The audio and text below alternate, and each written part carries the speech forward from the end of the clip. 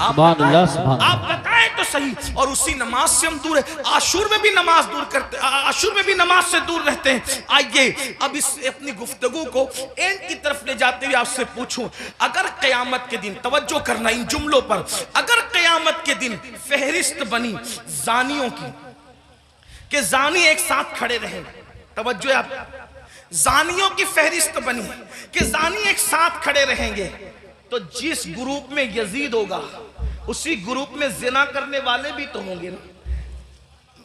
दुनिया के अंदर बड़ी बड़ी बातें हाँकना आसान है। महशर आपकी मर्जी और मेरी मर्जी से नहीं होगा। महशर को महशर कहते इसलिए हैं कि वहां बड़े बड़े मुकर्रबीन भी नफ्सी नफ्सी कहेंगे। अल्लाह, थोड़ा किसी के दिल की फरियाद दिल के कानों से सुनो। मेरी कौम के जवानों, जहन्नम का ईंधन बनने नहीं आए हो। मेरी कौम के जवानों, अल्लाह को नाराज करने नहीं आए हो।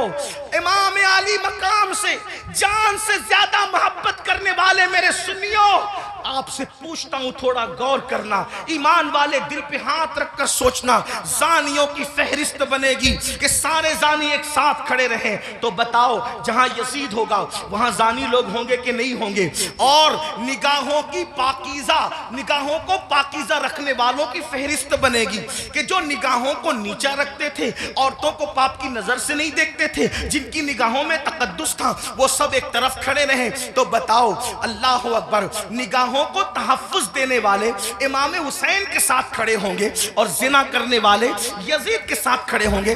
अगर क़यामत में ऐसा हो गया, अगर हो गया कि बेनमाजी एक साथ रहे और नमाजों की पाबंदी करने वाले एक साथ खड़े रहे, तो बताओ यजीद के साथ खड़े होंगे कि नहीं होंगे बेनमाजी? और जो नमाजों को तहफ्फुज देते थे वो उस शहीद के साथ खड़े होंगे कि नहीं होंगे, जिसने सर को सजदे में कुर्बान किया है, सर सजदे में कुर्बान किया है। अल्लाह अल्लाह किसी ने कहा था, हो सके तो लाइए दोनों जहां मीजान में, मैंने एक सजदा जमीने करबला से ले लिया। अल्लाह अकबर। बताओ मुसलमानों, तो पता चला ये नजरियात की जंग है, ये नजरियात की जंग है। आपसे पूछूं, जंग में जब इंसान जाता है, जंग में जब इंसान जाता है फौज लेकर जाता है, बहन लेकर नहीं जाता। जंग में इंसान जाता है फौज लेकर जाता है, बीबियां लेकर नहीं जाता। जंग में इंसान जाता है, अल्लाह अकबर, फौज लेकर जाता है, सौतेले भाई लेकर नहीं जाता। जंग में इंसान जाता है 6 महीने का बच्चा लेकर नहीं जाता। इमाम, आप जंग में भी जा रहे हैं, और कुछ लोग तो ये कहते हैं कि चलो इत्तेफाकी हादसा हो गया। इत्तेफाकी हादसा आपके मौर्रिखीन के लोगों के लिए कहने को है, वरना रसूलुल्लाह के घर का बच्चा बच्चा जानता था। आका ने इतनी तफसील से करबला बयान की थी। इब्ने अब्बास कहते हैं कि नबी के घर के बच्चे बच्चे को पता था कि हुसैन मैदान करबला में खड़े जब वो शहीद होंगे जंगे सिफ़ीन के मौके पर। मौलाए कायनात जब करबला के करीब से गुजरे तो रोए, फरमाया यहाँ हुसैन के ऊंट बैठेंगे, यहाँ उनके कजावे रखे जाएंगे। यानी कितनी तफसील मालूम थी खानदान रसूल को कि ऊंट कहाँ बैठेंगे वो भी पता है, खैमे कहाँ लगेंगे वो भी पता है, कजावे कहाँ रखे जाएंगे वो भी पता है। आप कहते हैं हादसा हो गया, लेकिन ये हकायक है, सच्चाई है। इमाम, आप जंग के लिए जा रहे हैं, लेकिन बीबियां ले जा रहे हैं, जंग के लिए जा रहे हैं, बहनें ले जा रहे हैं, जंग के लिए जा रहे हैं, बेटियां ले जा रहे हैं, जंग के लिए जा रहे हैं, बच्चे ले जा रहे हैं, जंग के लिए जा रहे हैं, सौतेले भाई ले जा रहे हैं। ऐसा क्यों? इमाम गोया के बताएंगे, ये तलवारों के टकराने की जंग नहीं, बल्कि ये किरदार की जंग है, ये नजरियात की जंग है। एक तरफ यजीद सौतेली माँ को पाप की नजर से देख रहा है, तो हम मैदान में बताएंगे कि सौतेले रिश्ते का तकद्दुस क्या है। आप देखें, पूरी दुनिया के अंदर सौतेला रिश्ता हमेशा मशकूक रहा है। आप तवज्जो करें, सौतेला रिश्ता हमेशा मशकूक रहा है। आप नहीं देखते सौतेले रिश्ते का मतलब? कुरान की तफासिर उठा करके देखे, इब्ने अब्बास से लेकर साहिब नईमी तक सौतेले रिश्ते का मतलब क्या? हजरत याकूब अलैहिस्सलाम की बीवी जो हजरत यूसुफ अलैहिस्सलाम की सौतेली माँ है, अल्लाह अकबर, वो अपने बेटों को बता रही है अल्लाह अकबर के तुम्हारे सौतेले भाई ने ये ख्वाब देखा है। इसी तरह है ना, सौतेले भाई हाथ का पानी छीन करके जमीन पे डाल रहे हैं, सौतेले भाई हाथ की रोटी छीन करके कुत्ते को डाल रहे हैं, सौतेले भाई मार पीट करके कुएं में फेंक रहे हैं। यही तो सौतेला रिश्ता लोग जानते हैं। मगर कुर्बान जाए, इमाम आली मकाम सौतेले भाइयों को करबला में ले जाकर और फिर उनकी वफा का इजहार करके बता रहे आखिरकार इमाम हुसैन ने सौतेले भाइयों के साथ सुलूक क्या किया होगा कि सौतेले भाई अपनी जान से ज्यादा अपने सौतेले भाई से प्यार कर रहे हैं। कोई किसी पर यूं तो नहीं मरता, कोई किसी से यूं तो प्यार नहीं करता।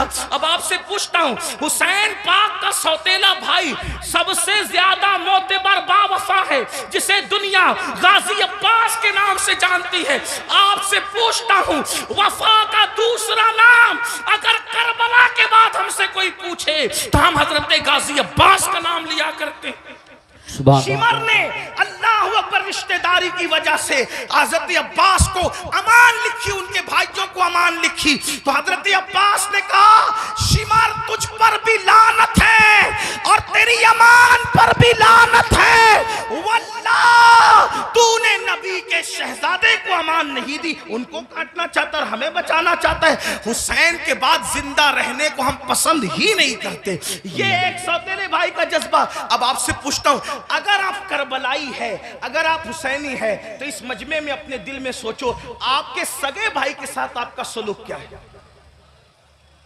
करबला सिर्फ काले कपड़ों का नाम तो नहीं है ना पहनने का, करबला सीना पीटने का नाम नहीं। हमारे दरमियान करबला उसवाए मुस्तफा की तफसीर का नाम है।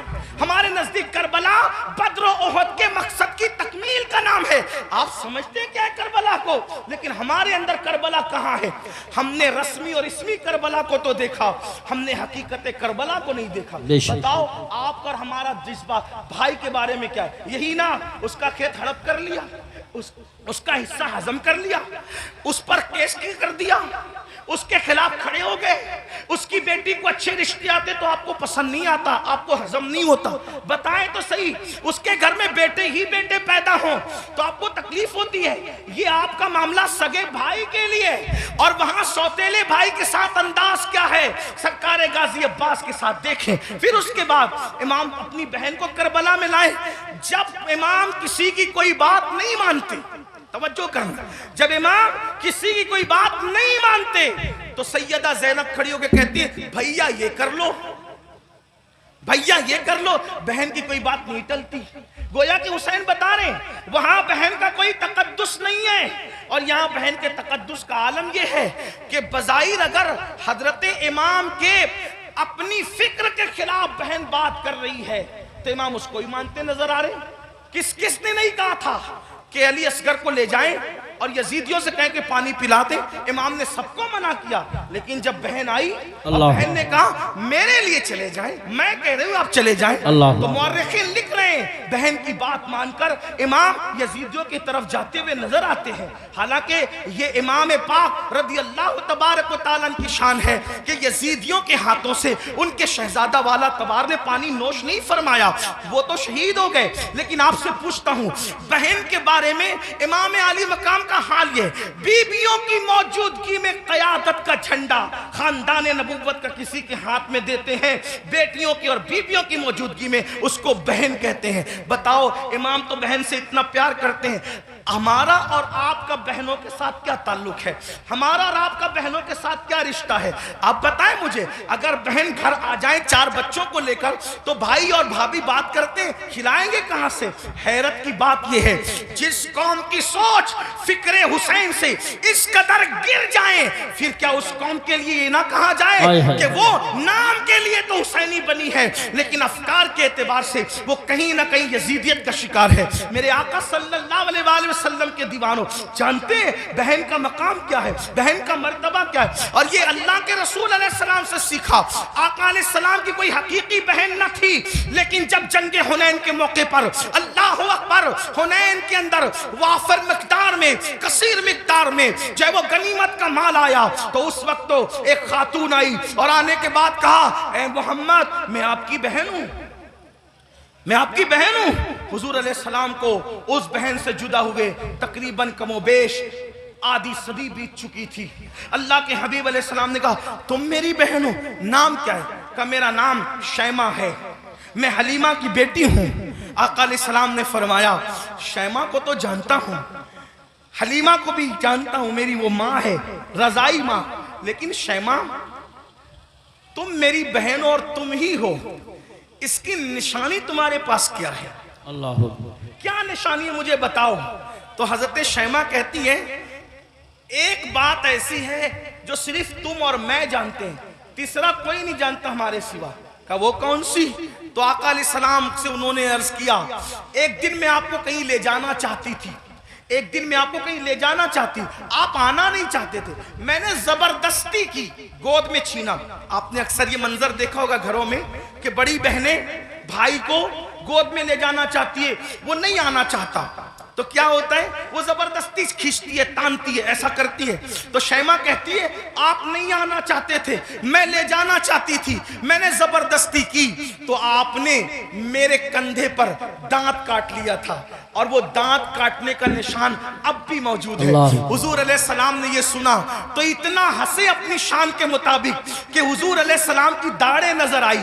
और फिर जब ये साबित हो गया कि शैमा यही है, तो आका ने फरमाया ऐ मेरे सहाबा, शैमा के ससुराल की बकरियां, भेड़े, ऊंट, घोड़े जितने गनीमत में आए हैं, चूंकि ये मेरी बहन है, मैं इसको वापस करता हूं, तुम लोग भी वापस करो। सुभान अल्लाह, नारे तकबीर। फरमाए बहन का ये इकराम है, हालांकि वो हकीकी बहन नहीं है, वो हकीकी बहन नहीं, रज़ाई बहन है। इकराम देखो, एहतराम देखो, हमारे पास बहन का क्या एहतराम है। अगर बहन जवान हो गई, उसको रिश्ते नहीं आ रहे हैं, तो भाई बोझ समझता है, बोझ समझता है। और जब भाई बोझ समझता है तो वो देखती है कि भाई का मुंह अच्छा नहीं, बाप बोझ समझ रहे, बाप का मुंह अच्छा नहीं, माँ बोझ समझ रही, बाप का मुंह, माँ का मुंह अच्छा नहीं। तो फिर एक बेटी ये फैसला करती है जिस घर में न भाई अपना हो, न बहनें अपनी हो, न माँ अपनी हो, न बाप अपना हो, सब तो मुंह उतार करके मुझे बोझ समझते हैं, तो फिर वो मजबूरन ये फैसला करती है कि फिर बाहर जहां से प्यार मिल रहा है, प्यार अगरचे धोखे की तौर पे मिल रहा है, अल्लाह अकबर, फिर क्यों ना उसी का हाथ पकड़ लिया जाए। याद रखना मुसलमानों, आज हमारे मिंबरों से ये बात हो रही है कि हमारी बेटियां भाग रही हैं, भाग रही हैं, भाग रही हैं। मुफक्किरीन यूट्यूब चैनलों पर भी कह रहे हैं। पहली बात तो मैं दो बात करना चाहता हूं। नंबर एक, मिंबरों से इस बात को बहुत मुबालगे के तौर पे बयान न किया जाए, ये मेरी गुजारिश है, वरना कल मुस्तकबिल में, अल्लाह अकबर, मुस्तकबिल में कल लोग इन्हीं तकरीरों को बुनियाद बनाकर, इन्हीं अखबारात के आर्टिकलों को बताकर हमारे बच्चों को ताना देंगे कि तुम्हारी बेटियां तो भगोड़ी थी, भगोड़ी। कौन की बेटियां भगोड़ी थी? कोई कहता है 30 लाख चली गई, कोई कहता है 40 लाख चली गई, कोई कहता है 50 लाख चली गई। मैंने कहा हजरत जी सबूत तो बताएं, इतनी चली गई कहां गई, जरा ये तो बताएं। वो कहा मीडिया में आया है। मैंने कहा ओ नादानो, थोड़ा तो जरा शऊर करो, हर बात तो बोलने की नहीं रहती। अगर मीडिया कह दे कि चांद हो गया, चांद आ गया, तो क्या उसकी बात मानोगे? का नहीं मानेंगे। हमने कहा जिस मीडिया के कहने पे चांद का आना नहीं मानते, उस मीडिया के कहने पे बेटियों का भाग जाना कैसे मान लेते हो? वल्लाह आज भी मुसलमानों की बेटियों में इतनी गैरत है कि किसी और की मां में उतनी गैरत नहीं है। लेकिन कहीं कुछ गई है, कहीं कुछ गई, मैं जानता हूं, इनकार नहीं कर रहा हूं, कहीं कुछ गई है, लेकिन कौन गई है? वो गई है खदीजतुल कुबरा का किरदार जिसने नहीं सीखा। कौन गई है? आयशा सिद्दीका का किरदार जिसने नहीं सीखा। कौन गई है? सैयदा फातिमा ज़हरा का किरदार जिसने नहीं सीखा।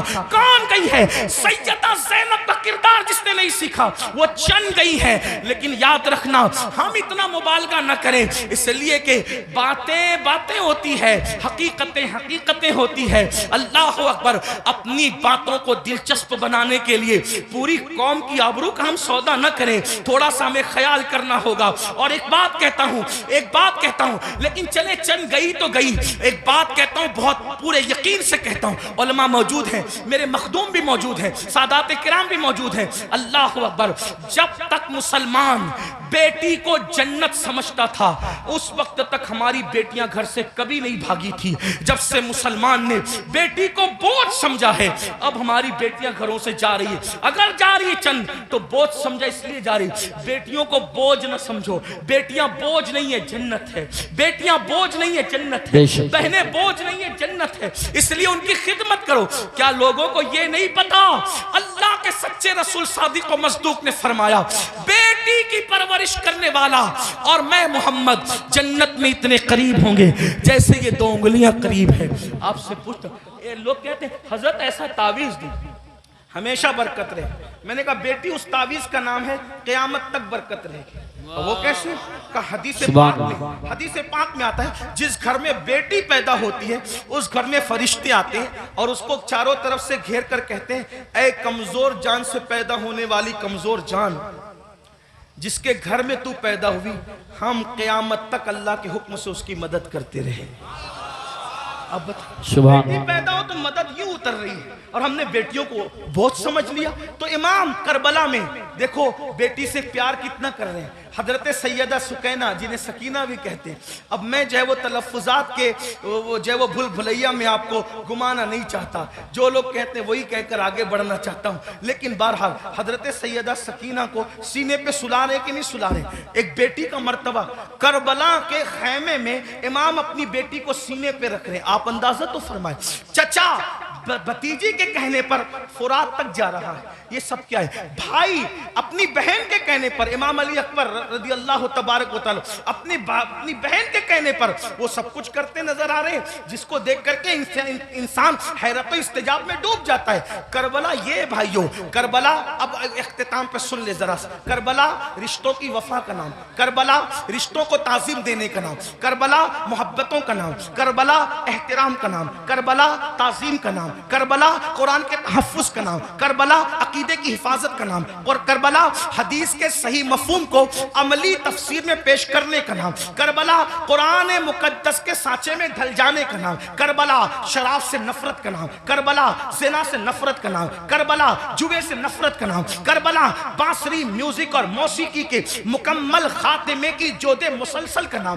करबला सजदों के लिए इंसान क्या क्या कुर्बानी दे सकता है, इस पैगाम में खामोश का नाम करबला है। अब आपसे पूछता हूं, हमने करबला से सीखा क्या? वही गुनाह में मुब्तला, वही जराइम में मुब्तला, वही बलाओं में मुब्तला। एक बात यह भी कह दूं इख्तिताम पर, खास तौर पर आखिर में बात करते करते, मुसलमानों एक बात आपसे कह दूं, करबला तो सहाबे किराम की कुर्बानियों के तहफ़्फ़ुज़ का नाम था, लेकिन आज जब करबला का जिक्र होता है तो उन्हीं सहाबा को निशाना बनाया जाता है, उन्हीं सहाबा पे तबर्रा किया जाता है, उन्हीं सहाबा को माज़अल्लाह ये इसलिए करार दिया जाता है कि उन्होंने तो अहले बैत का हक कसब किया।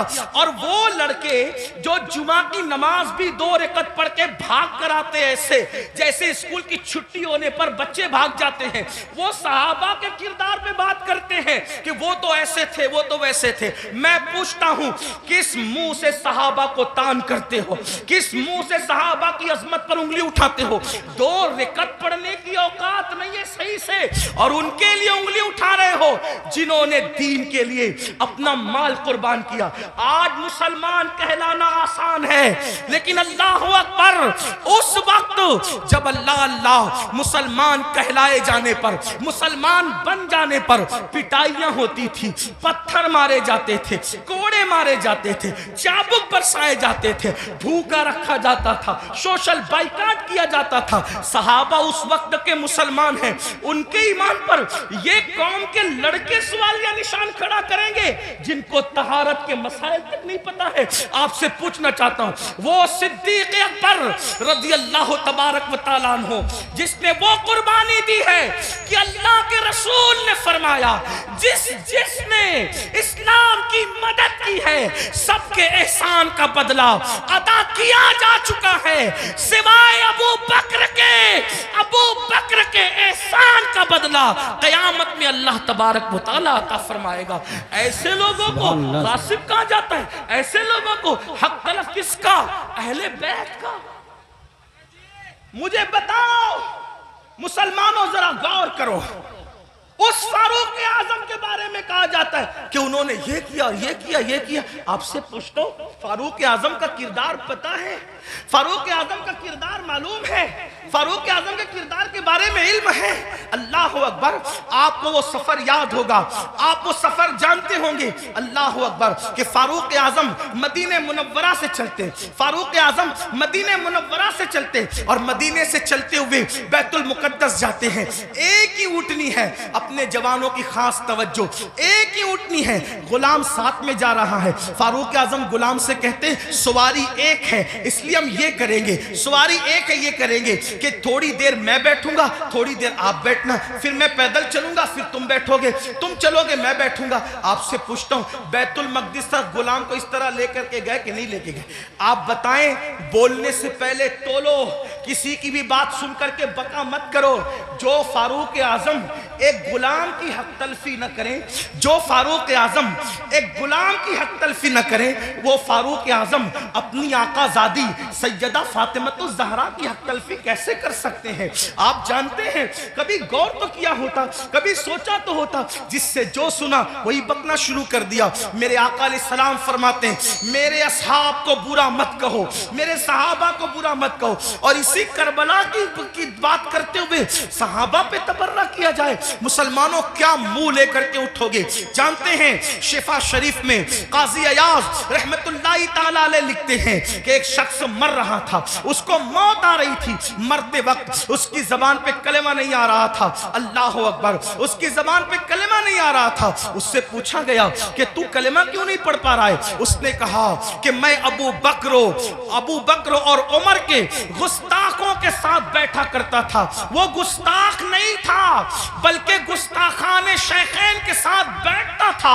अल्लाह अकबर। तो जो गुस्ताखाने शैखैन के साथ बैठे, सिर्फ बैठे, मरते वक्त तो उसकी जबान पे कलेमा नहीं आता, जो गुस्ताखी करे उसका क्या अंजाम होगा? ये दुनिया चंद दिन की है, ये दुनिया चंद लम्हे की है। बंदों की खुशी के लिए अल्लाह को नाराज न करो।